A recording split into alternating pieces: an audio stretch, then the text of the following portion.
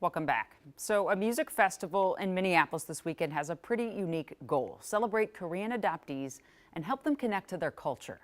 But the Heart and Soul Connection event at Hook and Ladder tomorrow has an added significance this week, and Kent's on the show to talk about why.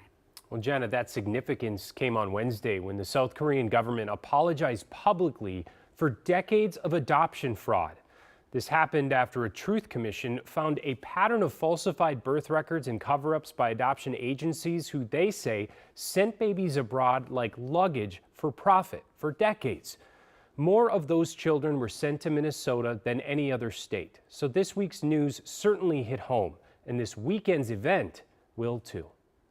It's about giving back to the community. Big birthdays tend to bring big wishes. Wanting to understand my past and wanting to travel back to my birth country. David Chili Kaufman admits it took him 50 years to come around to the idea of traveling to South Korea. I've been fearing it my whole life, and it's mainly been because of how I would be received there. Just not knowing the language and being raised in the culture. As a Korean adoptee raised in rural Minnesota, he knows where that fear came from. I truly abandoned my cultural identity growing up just to survive and fit in and not get beat up and teased. But thanks to loving parents and a sister who shares his complicated identity, he began to embrace his culture after graduation, connecting with other adoptees while working in the Twin Cities music scene. And that will all come together at the Hook and Ladder Theater on Saturday. I'm grateful for this community. We have a lot of different artists and people that have really just stepped up. This is an accumulation of friends, family, artists that I've been supporting for 20, 30 years. But Chili Rocks 50 isn't just a birthday celebration. He says it's a celebration of a culture he shares with up to 20,000 other Korean adoptees who grew up in Minnesota. Show your skills, show your talent, come together,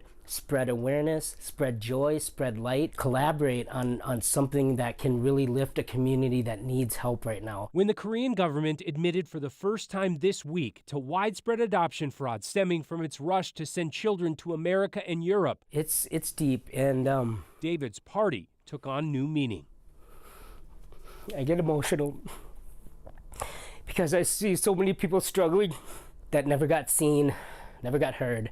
And they are wondering if they are part of this adoption fraud, this scam. There's so much lost in our paperwork and so many mistakes. We don't know our origins. Kate Winkle has little information about her life before she arrived in Minneapolis at 6 months old. We've been waiting for the Korean government to give us an apology for decades. Now that it's here, Winkle, who owns Arbeiter Brewing, is hosting a special happy hour for adoptees to gather before Chili's party. To understand the traumas, the unspoken traumas, and to have a space that we can share that together is pretty neat. I couldn't imagine a better way to come together and just support each other. Which is why he's not letting either party go to waste. I'm raising money to help Korean adoptees like myself to travel over to South Korea for the first time. So many times I've told myself I can't go to Korea, I can't afford it, and I just left it at that. This is an opportunity to provide financial aid and support for people that need it and that want to go. Even if that desire comes with mixed emotions. It's going to be the hardest journey in my life to go back.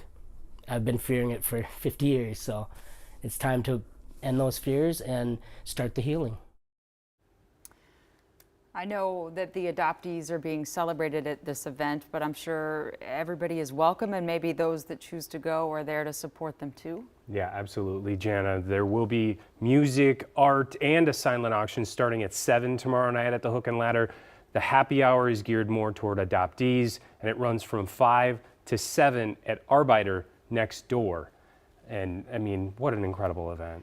You know, and I just got to thinking when I was hearing him talk about the news of I wonder if it would make sense for a lot of people, a lot of adoptees here to go at the same time to be in that journey together, because it could be pretty scary, pretty sad. Yeah, and that's what he's hoping to do. They want to get cultural learning for everybody coming over there as well. He said this is the start of a lifelong mission. Yeah, it's really cool. Thanks so much for bringing us that story, Kent. We appreciate it. Be right back.